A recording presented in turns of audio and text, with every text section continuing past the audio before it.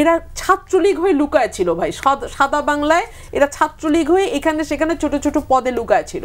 তখন নুরুল হক নূর মার খাইছে, আমি সংসদে দাঁড়ায় প্রধানমন্ত্রীর সামনে কথা বলছি, আর সাকি ভাই তখন আন্দোলন করছে, মঞ্জু ভাই তখন আন্দোলন করছে, মার খাইছে রাস্তায়, মানে পুলিশের সঙ্গে ধস্তাধস্তি হয়েছে, এসব দিন আমরা পার করছি। মঞ্জু ভাই একটা কথা তুলেছেন যে 2007 সালে ওনাকে প্রস্তাব দেওয়া হয়েছিল, উনি রাজি হন নাই।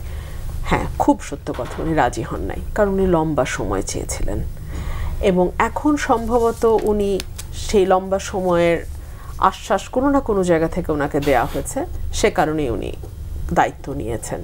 আমি বিরাজনীতিকরণের আলামত দেখতে পাই।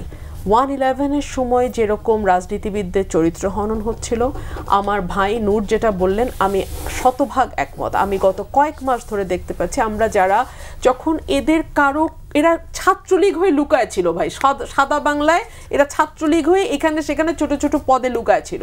তখন নুরুল হক নূর মার খাইছে, আমি সংসদে দাঁড়ায় প্রধানমন্ত্রীর সামনে কথা বলছি, আর সাকি ভাই তখন আন্দোলন করছে, মঞ্জু ভাই তখন আন্দোলন করছে, মার খাইছে রাস্তায়, মানে পুলিশের সঙ্গে ধস্তাধস্তি হয়েছে, এসব দিন আমরা পার করছি।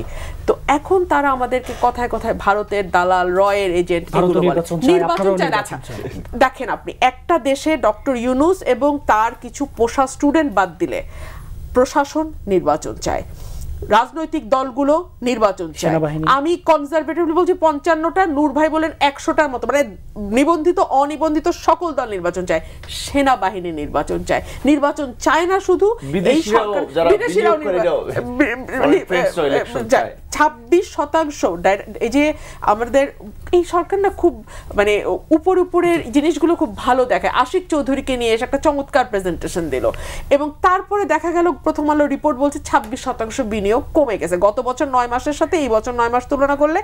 Foreign direct investment 26%। অর্থাৎ নির্বাচনটাই সব সংকট থেকে উত্তরণের একমাত্র পথ। না, আমি শুধু একটা কথাই বলবো, অনির্বাচিত সরকারের চেয়ে নির্বাচিত অতি খারাপ সরকারও অনির্বাচিত সরকারের চেয়ে বেটার হয়।